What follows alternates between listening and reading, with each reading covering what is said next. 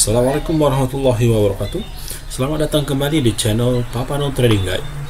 Di video kali ini saya akan membagikan bagaimana caranya untuk dapat trading profit dengan modal yang kecil ya, atau modal yang sedikit lah. Oke. Jadi dalam video kali ini saya akan membahas bagaimana teknik untuk mengambil profit yang kecil ya, kecil-kecil sih, nggak banyak-banyak kali, tapi juga hasilnya akan luar biasa ya. Jadi gimana caranya? Oke, kita ikutin langsung ke video ya. Jadi yang pertama kali kita harus identifikasi adalah kondisi pasar yang sideways ya. Dan untuk yang belum tahu bahwa kondisi pasar tuh ada tiga ya. Yang pertama ada uptrend, trennya naik. Kemudian downtrend, trennya sedang turun, dan satu lagi kondisinya sideways atau mendatar ya. Nah, jadi kondisi yang pasar mendatar inilah yang kita akan manfaatkan momentumnya ya. Jadi ini tanpa indikator sama sekali. Saya biasanya melakukan eksekusi dengan menggunakan garis saja ya, garis horizontal ya. Ketika ada pasar yang sedang sideways begini, kita buat saja garisnya. Kalau yang belum tahu, buat garisnya dari sini ya, di tools yang di atas nih, ini ya nih. Nah, ini garis ya. Oke, tapi karena sudah ada, saya nggak pakai lagi. Buat aja di atas dan di bawah. Kemudian setelah kita buat garis atas menjadi top, atau garis atas merupakan resisten dan garis bawah merupakan titik support ya. Jadi untuk melakukan transaksi cukup kita membuat garis horizontal pada top atau titik tertinggi beberapa ini, 1 dan 2 di sini. Kemudian kita hubungkan titik terendah juga di sini, bottomnya 1, 2, 3. Nah, setelah terhubung kita bisa melakukan eksekusi untuk posisi sell kalau mendekati area atas di sini ya, sedikit di bawah topnya ini kita enter posisi sell di sini. Kalau mendekati area bawah, ini garis yang sudah kita buat tadi, bottom di sini mendekati area bottom, buy, eksekusi terus ya. Yang biru ini apa? Yang biru ini adalah titik stop loss kalau posisinya buy. Biru di atas adalah posisi stop loss kalau posisi kita untuk eksekusi sell. Jadi bolak-balik ya, harga bolak-balik nih, harga turun. Likuidasi terserah, ada yang menunggu sampai mendekati area bottom, ada yang menunggu hanya sedikit saja, 1-2 juta mungkin udah cukup, silahkan. Jadi relatif ya, kalau take profit nih saya nggak pernah kasih aturan yang ketat-ketat kali, nggak perlu, silahkan, orang bebas dan orang memilih untuk keuntungan berapapun itu terserah ya, relatif sekali. Tapi stop loss saya akan sangat ketat untuk membatasi. Bagaimana dengan stop loss? Stop loss adalah sedikit di atas garis top untuk sell dan sedikit di bawah garis bottom untuk buy. Jadi harga bolak-balik begini, harga sideways begini adalah harga yang paling indah untuk melakukan eksekusi buy sell untuk laba yang nggak banyak ya memang, tapi kan walaupun nggak banyak kan berkali-kali gitu, akhirnya kan hasilnya banyak juga. Nah, kapan ini kita tidak bisa lakukan lagi? Ketika titik support atau resistennya ada yang tembus seperti ini ya. Di sini kan tembus jauh sekali. Nah, ini maka kalau di sini udah terjadi, ini kan ketika di sini kita sell ya, open sell tadi ya, sell, harga break ke atas, ini kan stop loss nih. Nah, ketika ini udah terjadi, udah stop, jangan lagi eksekusi, ambil posisi. Nah, itulah pentingnya kenapa kita melakukan stop loss dengan menggunakan batas ya. Nah, itu. Jadi itulah cara untuk mengambil posisi untuk pasar yang sedang kondisinya sideways ya. Jadi ini istilah kalau dulu zaman kami 2000-an gitu ya, 2008, 2007 itu kita teknik ini kita kenal dengan istilah copi-copi ya. Oke, demikian kira-kira tutorial kali ini dan semoga bermanfaat. Mudah-mudahan ini bisa memberikan Anda peluru baru bagi eksekusi ke pasar, dan insya Allah ini bisa menjadi ladang untuk profit kita bersama. Oke, sampai jumpa di video berikutnya dan assalamualaikum warahmatullahi wabarakatuh. Nah, terus ada nggak jurus profitnya nih? Wah, adalah kawan. Oke, ada 500-an ini. Oke, 500. Oke, kita coba likuidasi ya. Jadi saya pikir cukup 500 atau 600 kita likuidasi aja. Oke, kita tunggu, kita likuidasi. Oke, kita close brother. Accept. Oke, clear ya.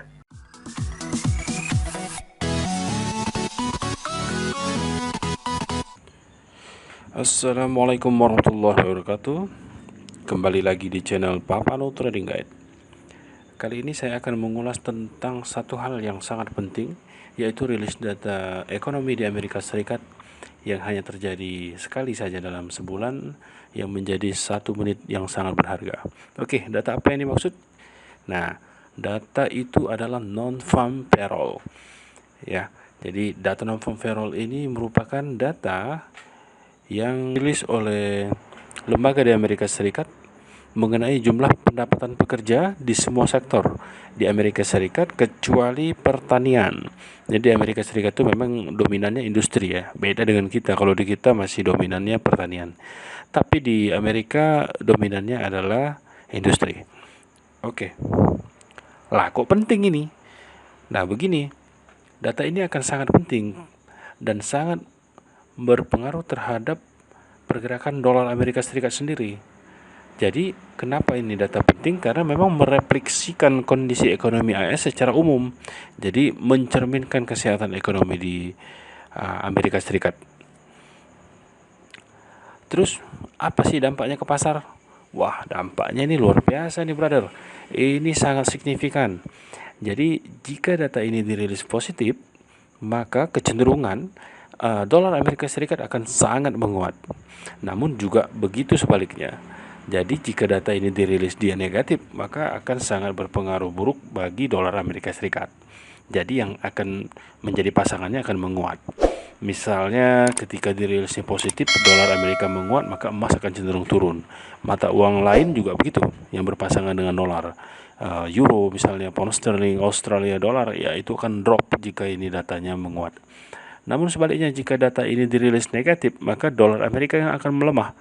Maka pasangannya, maupun itu emas ataupun itu minyak mentah kalau komoditas, atau falas misalnya euro, pound sterling atau Swiss franc dan lain-lain, maka akan berbalik menguat ya. Nah, ini yang paling penting nih momentumnya nih. Kapan dirilis? Nah, data ini dirilis hanya sekali dalam sebulan. Hanya sekali dalam sebulan pada hari Jumat pertama. Dan dirilis pada jam 19.30 atau setengah 8. Nah, kalau tidak setengah 8 biasanya dirilis pada jam setengah 9 malam. Itu nanti kita bisa cek pada kalender ya. Nah, terus ada nggak jurus profitnya nih? Wah, adalah kawan. Jadi gimana caranya mengambil profit atau melakukan eksekusi transaksi untuk mengambil keuntungan dari rilis data ini? Kita pastikan dulu bahwa rilis data non-farm payroll itu pada pukul 20.30 atau 19.30. Dipastikan dulu di kalender. Nah, dalam kasus ini pada tanggal 4 dirilisnya pukul 20.30 waktu Indonesia Barat. Jadi pada pukul 20.29 kita harus langsung mempersiapkan ordernya yang pending atau pending order ya. Langsung kita tempatkan di sana ada buy stop, kemudian sell stop sekaligus, dan ini lakukan dalam 1 menit antara 20.29 dan sebelum 20.30. Jadi kurang lebih semenit kurang lah. Jadi selesaikan dalam 30 detik atau 40 detik kalau bisa. Jangan sampai rilis data ini belum tersetting. Jadi buat langsung pending order di situ buy stop, lakukan dengan cepat. Kemudian stop loss juga langsung ditempatkan, take profit juga langsung pasang. Begitu juga dengan sell stop. Lakukan tindakan sell stop dengan stop loss langsung ditempatkan, kemudian take profit juga langsung ditempatkan. Jadi pada saat nanti rilis jam 20.30 tepat, itu harga akan lompat biasanya. Lompat akan ke atas naik jauh atau ke bawah juga naik jauh. Jadi itu yang kita harapkan. Terserah mau ke atasnya tinggi atau ke bawahnya jauh, itu yang penting dia jaraknya jauh. Nah, jadi inilah teknik untuk menangkap pergerakan pasar yang luar biasa pada saat non-farm payroll. Dan ingat, ini setelah rilis pun 1 menit likuidasi. Jadi ketika sudah open pasar pada jam 20.30, harga udah bergerak naik atau turun terserah, yang penting jauh. Kalau turun dia sell stopnya kena, kalau naik buy stopnya kena. Jadi kita langsung praktek saja. Ini saya lakukan pada tanggal 4 ya, tanggal 4 Februari 2022. Saya langsung letakkan posisi buy stop di situ. Ini kira-kira 1 menit sebelum rilis. Oke, sekarang kita sell stopnya kita setting. Langsung kita tempatkan harga, kemudian stop lossnya duluan ya setting ya. Oke, kemudian take profit kita juga pasang untuk currency emas ini ya, bukan currency tapi komoditas. Oke, buy stop dan sell stop sudah terpasang. Ayo kita lihat ya, ini live ini langsung. Jadi saya pasang seperti yang tadi kita bahas, kurang dari 1 menit sebelum rilis. Lihat tuh, sell stopnya kena. Perhatiin, non pump payroll. Oke, hit sell open ya. Oke, sellnya open. Kita lihat, coba perhatikan tuh di sini, di bawah kanan. Itu labanya sudah mulai naik ya. Oke, ingat ini nanti 1 menit kita harus keluar dari pasar. Perhatiin, ya. Dan yang buy stop kan nggak kena tuh di atas. Nanti kita lepas saja. Tapi kita konsentrasi dulu kepada open posisi yang sell udah terbuka. Oke, yang ini buy stop tadi ya, lupa saya pasang take profit, saya pasang aja. Tapi kalau nanti nggak kira-kira harga nggak berbalik, kita tutup aja. Oke, lihat, perhatikan 500, 400, 500. Profit kita lihat, ya 400, 464, 55. Oke, saya pikir ini cukup ya, karena harga nggak begitu lompat jauh seketika. Berarti ini kecenderungannya lamban ini kalau begini.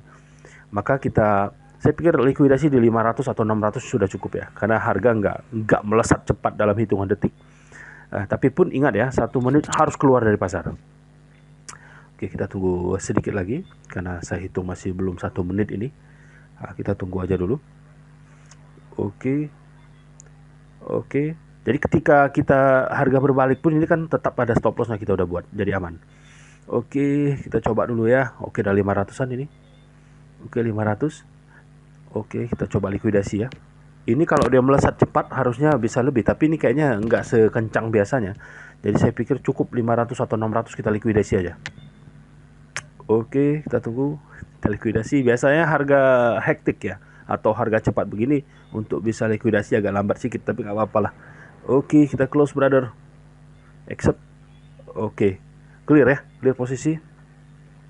Masih bersisa buy stop. Saya berharap ada pembalikan arah, tapi kelihatannya lambat ini. Nggak non barrel kali ini sepertinya tidak beringas seperti biasanya ya. Tapi itu pun kita masih dapat laba kawan. Oke, jadi kita tunggu aja dulu. Posisi kita sudah likuidasi sekitar 632 ya. Coba lihat di balance, itu udah berubah 632. Oke, kita lihat dulu. Biasanya market di rilis non pump ini seketika dalam hitungan detik udah lompat deh. Kalau nggak 100, 200, 300 sangat cepat sekali. Ini saya lihat agak lambat. Tapi itu pun kita masih dapat laba. Jadi rumus atau cara yang tadi kita pelajari efektif berarti. Oke, mantap ya. Jadi semoga video ini bermanfaat dan bisa Anda terapkan pada transaksi Anda sendiri, dan semoga Anda bisa mendapatkan laba seperti yang saya lakukan barusan. Oke, kita lihat dulu rilisnya. Oke, ternyata rilisnya positif ya. Non-pump payroll, non-pump employment change itu sama dengan non-pump payroll. Rilisnya 467K atau 467.000. Perkiraannya 110, jadi lebih bagus dari perkiraan ini. Makanya dolar menguat dan berbalik emas yang melemah tadi. Itu dia kira-kira langkah yang kita dapat lakukan untuk mengambil potensi laba pada rilis non-pump payroll. Perhatiin, ketika rilisnya lebih besar dari perkiraan, maka kecenderungan dolarnya akan menguat.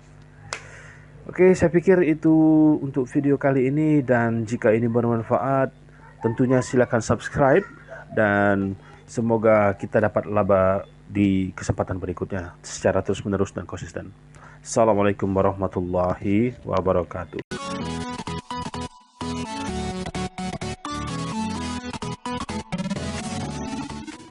Assalamualaikum warahmatullahi wabarakatuh. Selamat datang kembali di channel Papano Trading Guide. Ya, seperti janji saya sebelumnya di video yang part 1. Nah, di part kedua ini saya akan memberikan tips bagaimana mengambil posisi atau mengambil keuntungan dari rilis sebuah news, dalam hal ini news suku bunga. Jadi kalau kita lihat di monitor, saya sudah buat sketch atau pengaturan ya, dan keterangan-keterangan. Nah, untuk lebih mudah memahami ini, maka kita akan menuju ke ini dulu, ke forfactory.com. Nah, dalam contoh kasus ini kita akan memanfaatkan situasi release news yang berdampak besar ya, terlihat dari sini warnanya merah.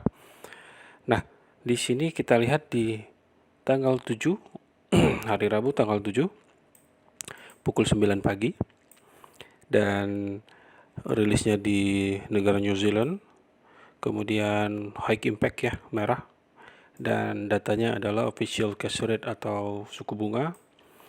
Dan kemarin data sebelum dirilis ini 1,5 previous, diprediksi akan ada penurunan sebesar 25 basis point menjadi 1,25, tapi ketika rilis faktanya adalah 1,0 ya, artinya rilis data aktualnya ini lebih kecil dari forecast, dari perkiraan, dan juga lebih kecil dari harga atau lebih kecil dari angka sebelumnya. Nah, jadi yang harus kita perhatikan adalah lihat jam rilis. Perhatikan di sini jam 9.00 rilis. Nah, yang harus kita lakukan adalah membuat pengaturan atau men-setting order sebelum jam ini menunjukkan jam 9.00, karena ini rilisnya on time ya. Ketika jam 9.00 maka akan langsung otomatis dirilis. Jadi untuk pengaturannya nanti di jam 8.58 atau jam 8:58 kita udah harus setting. Dan seperti apa settingnya, lihat di monitor. Cara dua nanti ya, kita bahas dulu cara satu. Yang pertama adalah buat dulu pengaturan 1 atau 2 menit sebelum rilis news. Nah, ini yang saya maksud. Kalau tadi rilisnya jam 9, berarti kita harus setting di 8.58. Apa yang harus disetting? Masuk ke poin 2, buat pending order, buy stop, dan sell stop. Nah, buat yang belum tahu pending order itu adalah order yang kita tempatkan di atas atau di bawah harga berjalan atau running price ya. Ordernya pesan gitu, pesan harga. Kemudian yang ketiga, buat stop loss dan take profit minimal 1:2, 1:3, atau 1:4. Maksudnya begini, ketika Anda melakukan posisi, nanti setting stop lossnya itu untuk kerugiannya kita buat 1, kemudian untuk laba kita buat minimal 2 kali dari alokasi kerugian. Nah, dalam contoh kasus di sini, coba kita lihat di sini ada garisnya, saya buat jadwal rilis jam 9.00. Ini yang dekat candlestick hitam ini. Terus candle sebelumnya adalah candle sebelum rilis ya. Di sini kita harus membuat pengaturan. Jadi maksudnya tombol atau candlestick yang berwarna hitam ini belum terjadi ya. Ceritanya rilis belum terjadi, dan candlestick ini belum tahu kita akankah dia ke bawah begini atau malah ke atas panjang. Kita nggak pernah tahu. Tapi sebelum ini terjadi, maka kita akan setting di 8.58 seperti yang tadi kita bahas. Di sini Anda tempatkan buy stop di 8.58 itu, buat buy stop kira-kira berjarak 20 atau 25 poin dari running price ya. Atur aja nanti, kalau misalnya contoh kasus di jam 8.58 running price-nya 0.6544, berarti kita tempatkan order itu di kisaran 6564 misalnya, contoh kasus misalnya buy stopnya di 6564 contoh. Kemudian langsung juga di orderan pending order ini, buy stop ini letakkan juga langsung setting stop loss-nya. Stop loss-nya itu terserah ya, sesuai dengan kemampuan modal. Misalnya contoh kasus stop loss-nya kita buat 30 poin di sini. Jadi jika nanti buy stop-nya kena, maka dia akan open order, langsung open buy. Lot-nya sesuaikan sendiri dengan budget masing-masing. Kemudian stop loss-nya tempatkan 30 pips ya, misalnya contoh kasus. Jadi ketika harga dirilis, harga naik, ini skenarionya, jika begitu rilis harga bergerak naik, buy-nya kena, open buy di sini. Dan kemudian jika tidak sesuai dengan ekspektasi, harga balik turun, maka kita sudah tempatkan stop loss di sini sebesar 30 poin. Maka kerugian sudah kita kunci di sini 30 poin ya. Kemudian bagaimana dengan keuntungan? Keuntungan kita juga sudah buat. Nah, ini di atas kita buat garis take profitnya. Di sini kira-kira 2 kali dari risiko. Berarti kalau tadi stop lossnya 30 pip, maka kita buat take profit 60 pip minimal. Lebih juga bagus, nggak apa-apa. Tapi dalam contoh ini hanya 1:2 saya buat. Jadi ketika buy stopnya tadi kena dan harga terus bergerak dengan lurus seperti ini, maka akan take profitnya akan kena. Oke ya, paham ya? Nah, jika skenarionya turun, maka kita juga udah siapkan langkah juga yang namanya penempatan order sell stop. Nah, sell stop sama dengan buy stop, tapi bedanya sell stop adalah orderan kita jika harga bergerak turun dari harga yang saat ini ada. Jadi, sell stop itu digunakan untuk pesan harga jika harga drop. Ya, tentu kalau dia sell kita akan menunggu harga jatuh atau berharap jatuhnya harga terus-menerus akan membuat kita menjadi laba. Dan jangan lupa langsung tempatkan juga stop loss di sini. Tempatkan juga stop loss ya kira-kira sama asumsinya 30 pips. Kemudian take profit juga langsung kita setting di situ dengan asumsi sama 60 poin ya, artinya 2 kali dari risiko 60 pips di sini. Jadi ketika rilis harga nanti sudah dirilis news itu, kita nggak peduli mau dia naiknya jauh sekali tinggi misalnya, naik jauh tinggi sekali kemari atau jatuhnya jauh sekali, itu tidak ada urusan. Yang penting kita udah buat set harga naik dan turun kita akan tangkap, itu skenarionya. Lalu dalam kasus ini ketika rilis berita harga tidak bergerak naik tapi begitu turun langsung turun terus, artinya di sini sell stopnya akan berubah menjadi sell order ya, atau open order sell di sini. Lot size-nya terserah sesuai modal, sell-nya open di sini dan harga tidak naik lagi, berarti stop loss kita aman. Tapi andai kata berbalik arah, kita juga udah batasi kerugian 30 pips. Nah, dalam kasus ini harga terus turun dan melewati bahkan batas take profit kita. Gak ada masalah ya, kalaupun lewat ya sudah, berarti rezeki kita hanya 60 pips. No problem, jangan juga menjadi sebuah atau serakah ya, jangan ya. Kalau memang udah kita tetapkan dari awal 60, ya udah 60 gitu. Nah, ini adalah cara bagaimana menangkap atau mendapatkan laba dari skenario news yang high impact seperti ini. Yang penting bergeraknya jauh ke bawah atau jauh ke atas. Kita nggak peduli mau dia naik ke atas atau dia akan turun jauh ke bawah. Nah, ini skenario sudah saya terapkan di transaksi saya pribadi dan hasilnya cukup baik ya. Namun yang Anda harus perhatikan adalah kenali broker Anda, apakah dia membolehkan order seperti ini, sell stop dan buy stop di dalam rilis news atau beberapa menit menjelang rilis news. Saya dengar beberapa broker tidak membolehkan ini. Nggak tahu saya kenapa, tapi ada juga broker yang membolehkan ini dan saya sudah terapkan hasilnya positif ya. Nah, tapi kalau memang misalnya broker itu tidak membolehkan ini, saya punya cara kedua, yaitu satu, buat pengaturan 1 atau 2 menit sebelum rilis news sama ya, seperti tadi di jam 8.58 kalau rilisnya jam 9. Kemudian langsung ambil posisi buy dan sell bersamaan. Kalau tadi kita pending order, buy stop dan sell stop, nah kali ini kita langsung ambil posisi langsung action, buy dan sell bersamaan. Jadi di situ kita ambil posisi buy, kita langsung juga posisi sell di situ. Sama, tetapkan langsung stop loss-nya, tetapkan juga take profit untuk kedua order ini. Misalnya tadi 1/2 kan, berarti kalau buy dan sell kita di area yang sama, misalnya buy dan sell-nya di area 6544, ya pokoknya 30 poin ke atas stop loss untuk sell dan 30 poin ke bawah stop loss untuk buy. Take profitnya sama, kita buat 60 pips ke bawah, 60 pips ke atas. Jadi harapannya nanti kalau misalnya harganya turun seperti ini, ya kita rugi satu ya, rugi satu. Karena kalau misalnya kita buy dan sell-nya udah masuk, harga turun, berarti yang buy-nya rugi kan 30 pips. Tapi nggak apa-apa. Tapi kan yang sell-nya profit 60, berarti masih ada sisa 30. Artinya dengan skenario ini kita juga masih ambil keuntungan sekitar 30 poin ya. Ya lumayan lah daripada tidak. Nah, ini untuk mengatasi broker-broker yang tidak membolehkan pending order, buy stop dan sell stop. Ini kira-kira yang bisa saya jelaskan mengenai penjelasan skenario atau strategi untuk mengambil laba dalam rilis news atau di berita-berita fundamental ya. Nanti kalau misalnya teman-teman ada pertanyaan, silakan disebutkan saja di deskripsi atau di kolom komentar. Nanti akan saya coba jawab sebaik mungkin. Dan bagi Anda yang merasa video ini bermanfaat, silakan like, subscribe dan bagikan. Ya, semoga apa yang kita bahas atau apa yang saya bagikan ini bisa bermanfaat untuk transaksi Anda. Mari kita profit bersama dan berbagi ilmu. Bukannya ilmu itu juga gratis. Saya berharap dampak positif dari video ini bisa diterapkan di transaksi kita masing-masing. Oke, wassalamualaikum warahmatullahi wabarakatuh.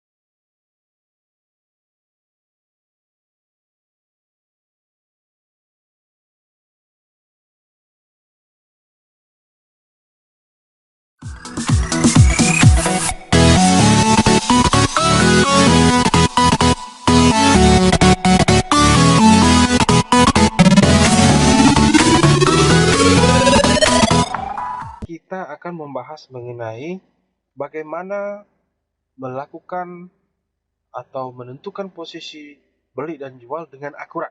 Dengan akurat, saya garis bawahi sangat akurat, menggunakan pola yang disebut bearish engulfing pattern dan bullish engulfing pattern. Nah, apa sih bearish engulfing pattern itu? Oke, kita akan bahas pelan-pelan ya. Nah, bearish engulfing pattern adalah kondisi di mana pada saat trendingnya naik terus atau tren sedang naik, atau kita kenal uptrend ya, uptrend yang lebih familiar ya. Kondisi pasar sedang uptrend. Nah, ini kita lihat ini grafik atau chart dalam time frame harian atau D1 ya. Nah, kita lihat di sini satu candle naik, dua candle naik, tiga candle naik, empat candle naik. Artinya di sini ada terbentuk pola uptrend ya.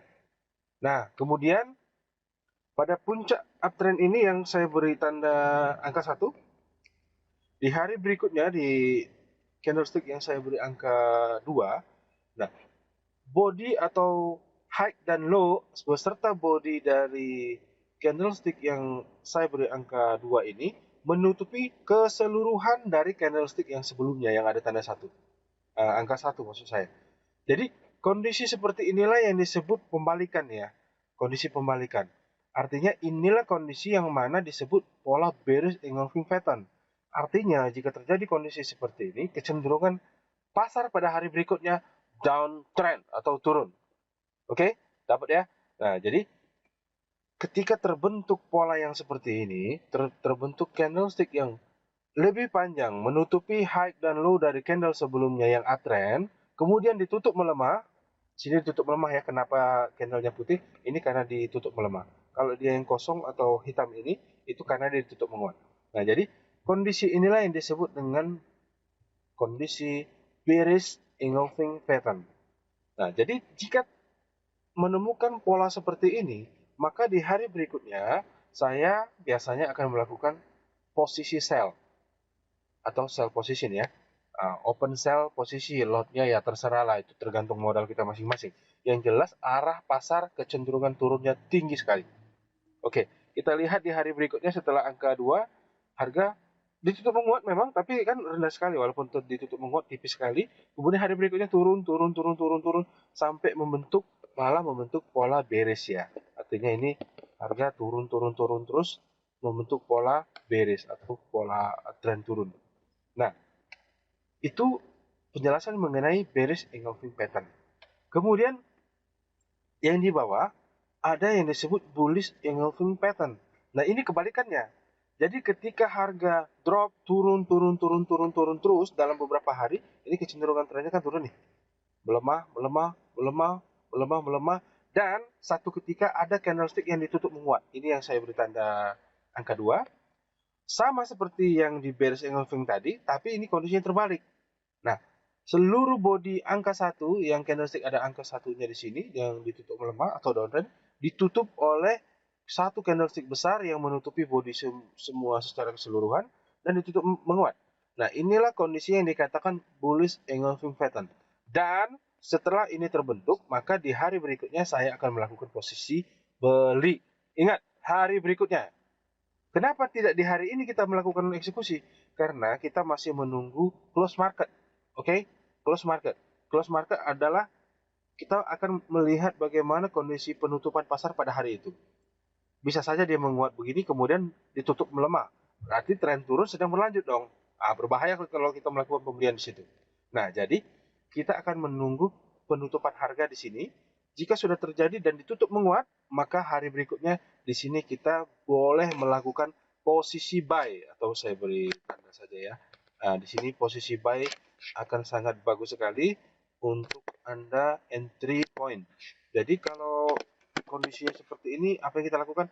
Boleh silakan ambil posisi buy di sini di hari berikutnya. Sama seperti yang tadi. Jadi yang tadi juga yang bearish juga begitu ya.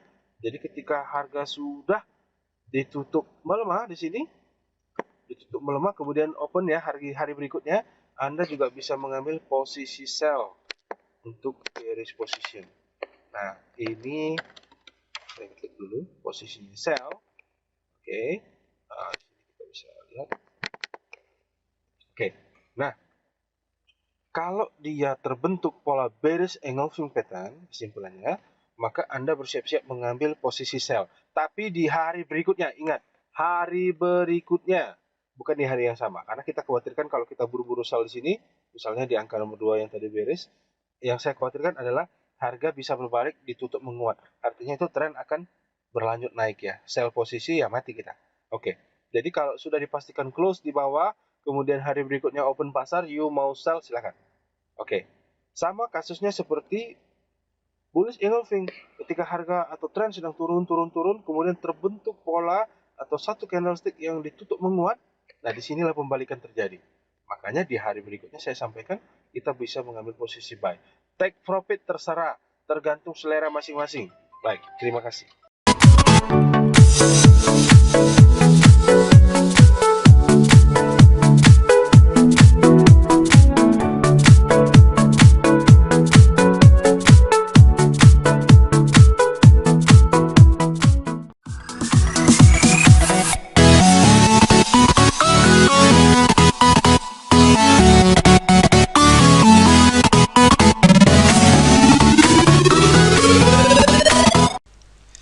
Ini kita akan membahas mengenai bagaimana menggunakan indikator Fibonacci retracement. Jadi, indikator Fibonacci retracement ini merupakan indikator yang mengukur tingkat koreksi sebuah tren. Jadi, langsung kita gunakan. Ini adalah indikator Fibonacci. Kita bisa langsung gunakan. Cara penggunaannya adalah tentukan dulu titik terendah dari sebuah tren. Misalnya kita berikan tanda seperti ini. Ini adalah titik terendahnya. Kemudian ini merupakan titik tertinggi dalam situasi tren ini. Artinya, untuk menggunakan indikator ini pada tren yang sedang membentuk tren naik, titik 0 berada di atas. Kita langsung coba. Kita tinggal tarik dari titik bawah ke titik atas. Yang saya maksudkan titik 0 adalah yang ini. Ini merupakan titik 0. Saya beri tanda. Ini titik 0. Dan ketika terbentuk sebuah tren, maka dengan situasi tertentu tren itu akan membentuk sebuah koreksi. Nah, tujuan dari indikator Fibonacci ini adalah mengukur seberapa jauh penurunan yang terbentuk ataupun koreksi yang akan terjadi, dan bisa dijadikan acuan untuk menjadi support. Jadi, penurunan harga itu akan cenderung bergerak di level-level yang dibentuk oleh Fibonacci. Jadi yang saya contohkan sekarang ini adalah kondisi di mana tren sedang naik, dan untuk penggunaan Fibonacci pada tren naik adalah pedomannya titik 0 berada di atas ini dan titik 100 berada di bawah. Di bawah yang dimaksud adalah harga terendah dan titik 0 berada di titik tertinggi. Kalau kita lihat begitu pergerakan harga naik dan kemudian terkoreksi, harga berhenti di kisaran 61 dan 50, antara 61% atau 50%-nya Fibonacci. Harga kemudian melanjutkan kenaikan kembali. Artinya, indikator ini bisa digunakan sebagai acuan untuk mengukur tingkat koreksi sebuah tren. Begitu juga dengan kondisi di sebelah tren ini. Kalau kita letakkan di sini, kondisi yang sama terjadi di sini. Jadi pada saat harga terbentuk dan pergerakan cukup tinggi, harga akan kembali koreksi. Namun kondisi koreksinya itu tetap terbatas di kisaran level-level yang dibentuk oleh Fibonacci retracement, dan di sini terjadi penurunan mencapai 61% dari Fibonacci. Di sini kita tandain. Nah, berarti kondisi-kondisi ini bisa kita prediksikan. Artinya sebuah tren akan selalu membentuk koreksi, dan koreksi itu bisa diukur menggunakan indikator Fibonacci seperti yang barusan kita bahas. Oke, terima kasih. Terima kasih untuk attention-nya.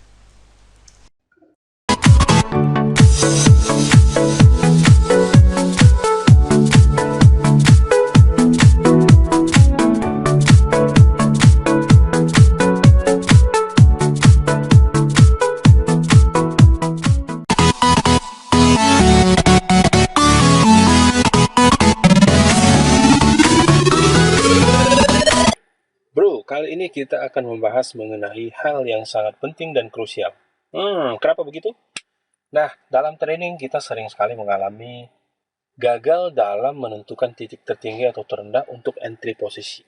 Entry ya, masuk, bukan keluar ini. Kadang-kadang kita, ketika kita sudah buy, harga udah separuh jalan ke atas. Atau enggak, kita udah sell, tapi ternyata harga udah separuh jalan ke bawah, kita baru sell. Artinya, kita sering sekali ketinggalan harga ya dalam hal ini. Kita sangat sering sekali ketinggalan harga untuk ambil posisi. Artinya apa? Profit kita tidak maksimal karena harga sudah bergerak lebih duluan baru kita masuk ke pasar. Nah, kali ini saya akan membagikan tips bagaimana kita masuk ke pasar dengan titik yang semaksimal mungkin. Sebisa mungkin kan di ujung, kalau kita mau ambil sell ya setinggi-tingginya ya. Atau enggak kita mau ngambil posisi buy sebisa mungkin dia paling lembah gitu, paling bawah. Nah, gimana sih cara identifikasinya? Saya akan berikan tips berikut ini mengenai divergent. Nah, divergent. Apa sih divergent itu? Kondisi seperti apa yang dikatakan divergent? Nah, kondisi yang dikatakan divergent adalah kondisi di mana ketika harga yang ada di grafik, dalam hal ini grafik USD Swiss ya, Swiss franc, USD Swiss franc di sini terjadi tren turun atau membentuk low yang baru dari low sebelumnya. Di sini ada harga low, kemudian membentuk lower low atau low yang baru, seolah-olah ini trennya turun terus. Nah, tapi oskilator dalam hal ini MACD, indikator ya, indikator oskilator MACD, ini tidak menunjukkan histogram yang searah dengan grafik. Nah, kondisi berlawanan inilah yang dikatakan divergent. Jadi, grafik turun, tapi indikator yang oskilator kita MACD ini tidak mengatakan itu. Malah terbalik gitu.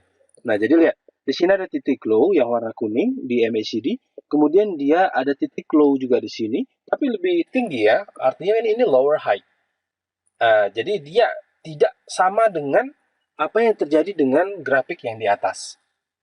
Jadi grafik menunjukkan pelanjutan tren turun. Ada low baru terbentuk, ada low baru terbentuk, ya. Ada low, low, low.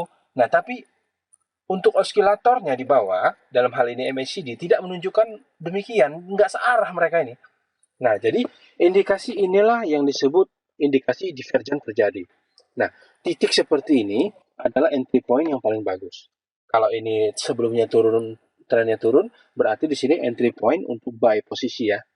Nah, jadi kapan posisi yang paling baik untuk mengambil posisi buy adalah ketika osilator melawan kondisi yang ada di grafik di atas. Ini kita lihat low dan lower high yang kuning. Tapi di sini kan berbeda. Low yang sebelumnya terbentuk low yang baru tapi lebih tinggi dari yang sebelumnya. Coba perhatikan. Ini kan garisnya kelihatan sekali ya. Garis kuning ini. Di sini ada low, di sini ada lower high. Berbeda sekali dengan yang terjadi di grafik. Di sini ada low, di sini ada lower low. Artinya ada pertentangan di sini. Nah, itu artinya bahwa kekuatan tren turun itu sudah habis. Kekuatan trennya sudah habis atau berkurang gitu. Nah, jadi inilah kesempatan yang terbaik untuk mengambil posisi buy dalam harga yang sangat rendah. Nah, jadi itu bisa menjadikan patokan kita untuk mengambil posisi dengan sangat maksimal di titik terendah untuk posisi buy.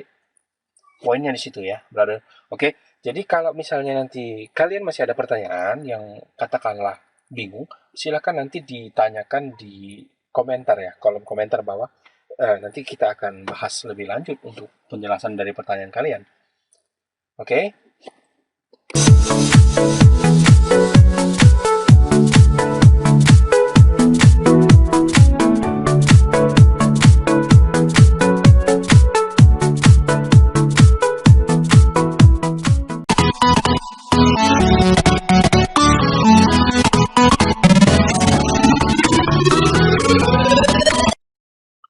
Halo kawan-kawan, selamat datang kembali di channel kita dan kali ini saya akan membahas mengenai hal yang sangat penting dan genting.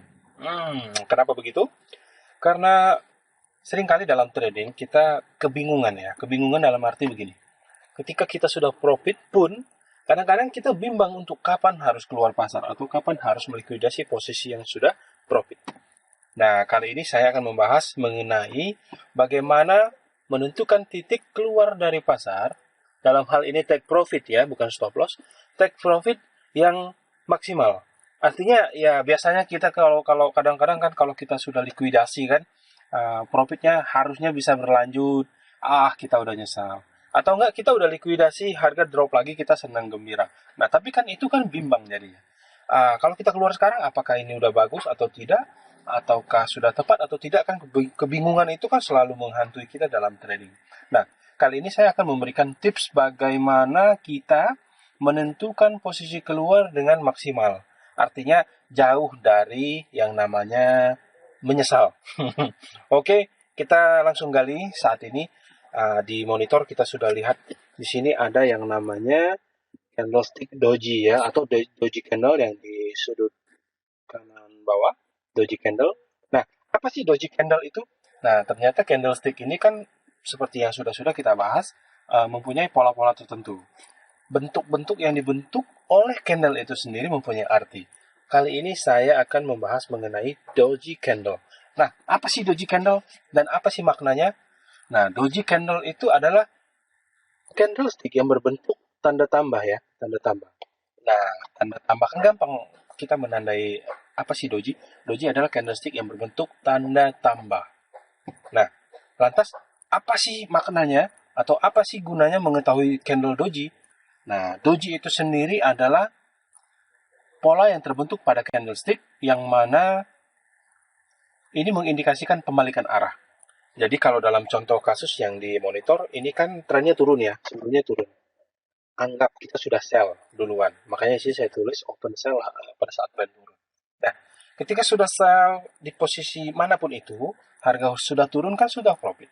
Nah, ketika tren turun berlanjut, kemudian harga menemui pola seperti ini, candlestick. Nah, ini adalah indikasi pembalikan arah. Apakah itu langsung berbalik uptrend? Bisa saja. Ataukah ini akan berubah menjadi sideways? Itu bisa juga. Apakah akan berlanjut trennya juga bisa, tapi kemungkinannya kecil. Nah, jadi yang jelas adalah ini indikasi awal pembalikan arah. Jadi inilah yang menjadi titik acuan untuk melikuidasi posisi. Seperti yang saya sudah buat. Di sini sudah saya buat garis merah. Saya tunjuk di sini. Likuidasi posisi ya, yang garis merah. Nah, jadi ketika Anda sudah melakukan posisi, kemudian Anda sudah profit, lalu kita bingung untuk menentukan kapan harus likuidasi profitnya itu atau di berapa. Nah, kita bisa menggunakan acuan doji ini. Doji adalah indikasi pembalikan arah. Mau itu uptrend, mau itu downtrend, kalau ketemu doji, ya udah, saya biasanya likuidasi di situ. Ingat ya, ketika sudah melakukan posisi beli atau jual, ini sama saja. Ini berlaku buat downtrend ataupun uptrend ya.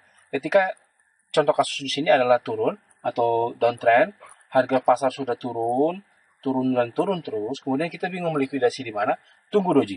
Doji sudah keluar, cut, likuidasi di situ. Oke?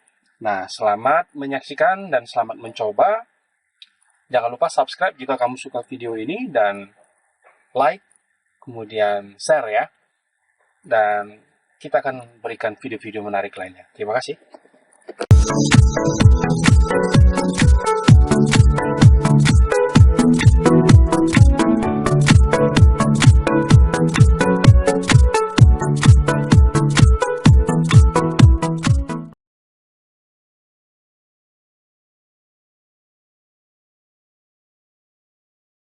Assalamualaikum warahmatullahi wabarakatuh.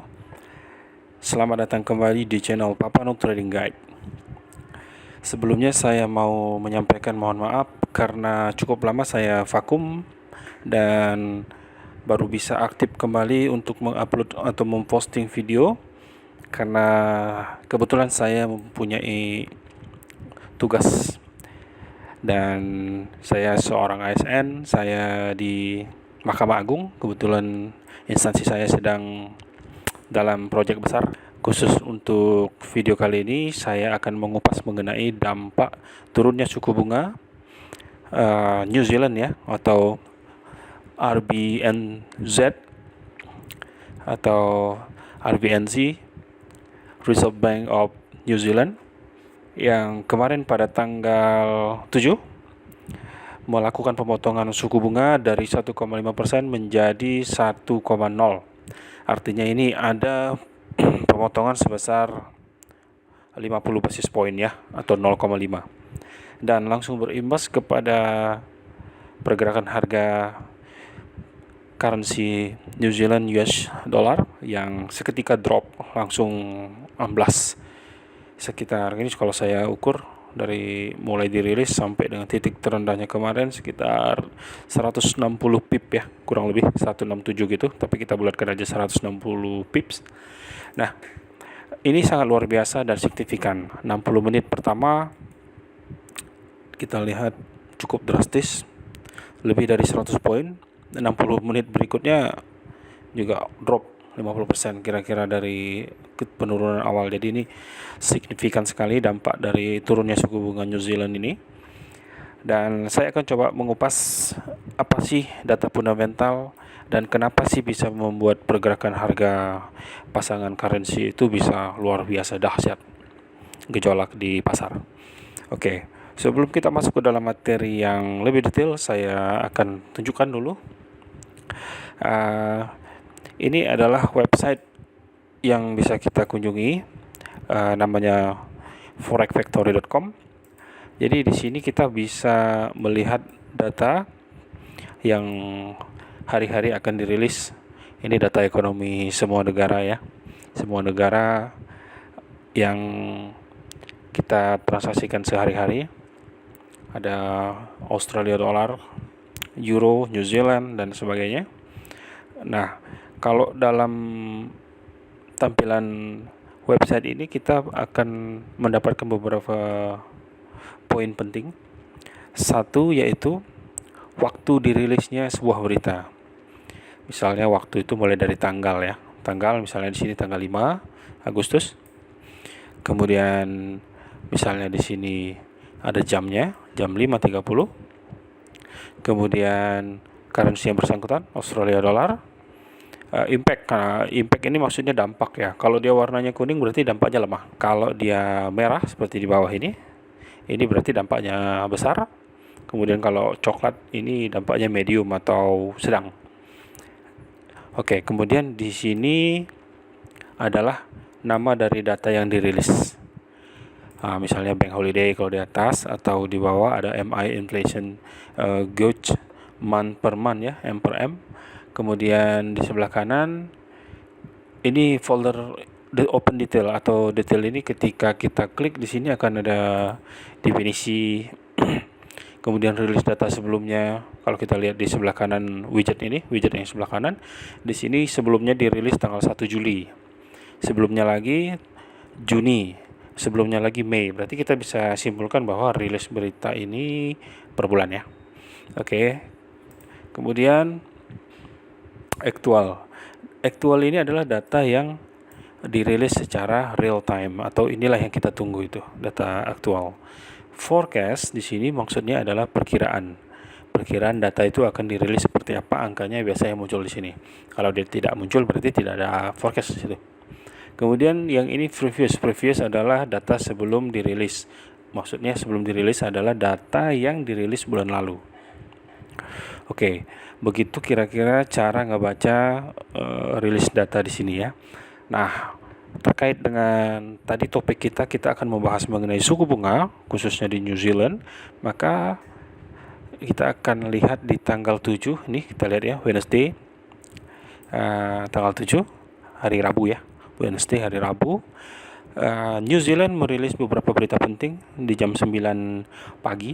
Jam 9 pagi ini jamnya sudah saya sesuaikan dengan jam waktu Indonesia Barat ya. Tapi kalau kita belum tahu caranya, bisa diklik di sini di menu atas, sudut atas kanan.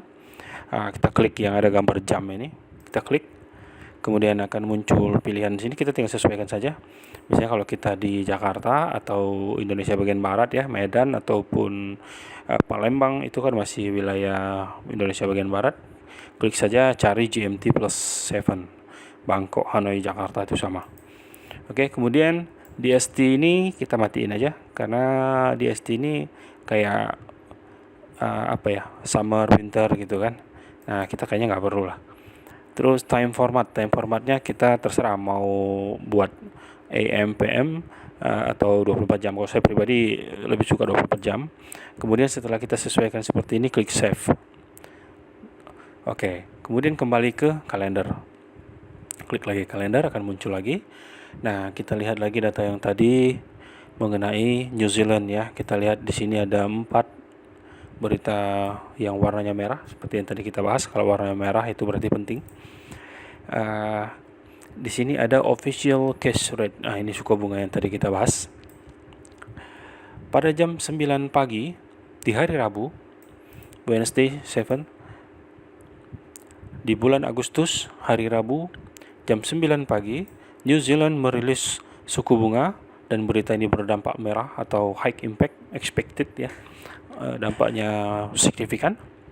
Kemudian kita lihat di sini forecastnya 1,25. Jadi analis itu memperkirakan akan ada penurunan memang, tapi penurunannya tidak terlalu signifikan ya. Kalau kita lihat data previous atau data sebelumnya kan 1,5 atau 1,50. Kemudian diperkirakan turun 25 basis point menjadi 1,25. Nah, yang menarik adalah faktanya ketika dirilis datanya berbeda dengan forecast ya.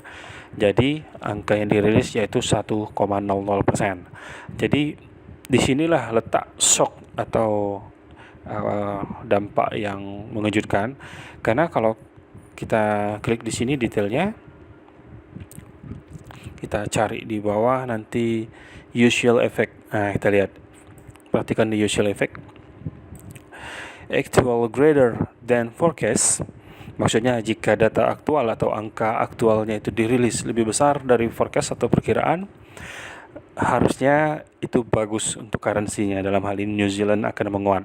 Itu maksudnya ya. Dan itu kalau data yang dirilis lebih besar dari forecast. Nah, dalam kondisi ini kan terbalik. Ini data yang dirilis ini 1.00, sementara perkiraan 1,25. Jadi ini mengejutkan ya. Nah, jadi tidak sesuai forecast, bahkan jauh di bawah forecast. Nah, ini yang membuat mata uang atau currency New Zealand itu drop habis kemarin. Drop jatuhnya luar biasa jauh sampai 160 poinnya dalam hitungan menit, juga udah langsung kelihatan drastis sekali. Oke, kembali ke kalender. Kenapa suku bunga itu menjadi penting dan bisa memicu pergerakan yang gitu luar biasa? Terlepas dari hal-hal teknis ini, saya akan sampaikan beberapa hal. Nah, kalau suku bunga itu naik, logikanya begini.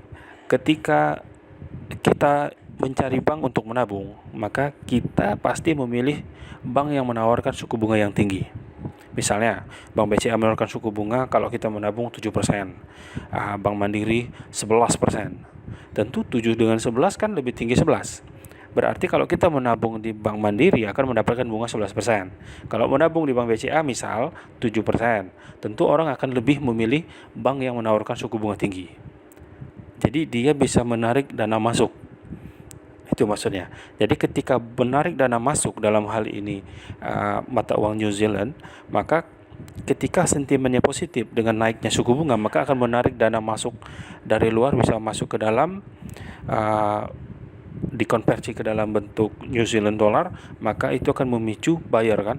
Maksudnya ketika ada hal menarik, maka orang akan mengoleksi atau menambah stok dalam bentuk New Zealand dollar. Nah, pemicu inilah yang bisa memicu pergerakan harga atau nilai tukarnya bisa menguat drastis. Kira-kira seperti itu untuk hubungannya kenapa suku bunga itu bisa memicu kenaikan atau pelemahan mata uang. Nah, dalam kasus ini suku bunganya turun. Artinya orang-orang berharap kan sebenarnya kalau kita menabung, kayak tadi ilustrasi, kalau kita menabung makin tinggi suku bunga makin bagus. Tapi karena faktanya ini adalah turun, maka orang akan berasumsi negatif dan cenderung akan menghindari currency ini. Itulah yang menyebabkan kemudian jatuhnya luar biasa. Kira-kira 160 pips ya dalam 2 kali 60 menit. Artinya ya kira-kira 2 jam. Dan ini sangat signifikan. Nah, itulah rilis data fundamental ataupun rilis news yang bisa mengakibatkan pergerakan yang sangat luar biasa. Nah, bayangkan kalau kita nggak punya pengetahuan membaca news, memprediksi news, atau menyiapkan langkah-langkah ketika news ini akan dirilis. Bisa menjadi malapetaka bagi transaksi kita. Nah, nanti mungkin di video berikutnya saya akan sampaikan bagaimana caranya untuk menyiapkan strategi agar pergerakan harga yang signifikan ini bisa kita ambil celah untuk mendapatkan laba atau profit. Tapi untuk poin yang ini maka saya hanya menyampaikan hubungan mengenai kenapa suku bunga yang turun itu bisa berdampak drastis dengan currency yang bersangkutan dan sangat luar biasa. Oke, jadi kesimpulannya adalah turunnya suku bunga tadi yang kita sudah bahas memicu pergerakan yang sungguh luar biasa. New Zealand dollar terhadap dolar Amerika Serikat drop, turun luar biasa jauh, dan itu adalah dampak dari rilis news. Oke ya, jika ada nanti pertanyaan ataupun tidak jelas atau kurang mengerti mengenai penjelasan bagaimana membaca data di forexfactory.com, silakan sampaikan pertanyaan Anda di kolom komentar. Nanti akan saya usahakan jawab sebaik mungkin. Nanti bagaimana strategi untuk menghadapi news seperti ini agar bisa tetap mendapatkan laba, maka saya akan buatkan nanti di video berikutnya. Oke, teman-teman, terima kasih sudah menyaksikan, sudah menonton video ini, dan jangan lupa untuk tetap menjaga kesehatan. Jika Anda merasa video ini bermanfaat, silakan dibagikan, subscribe, dan share. Oke. Saya pikir ini cukup untuk saat ini, dan Assalamualaikum warahmatullahi wabarakatuh.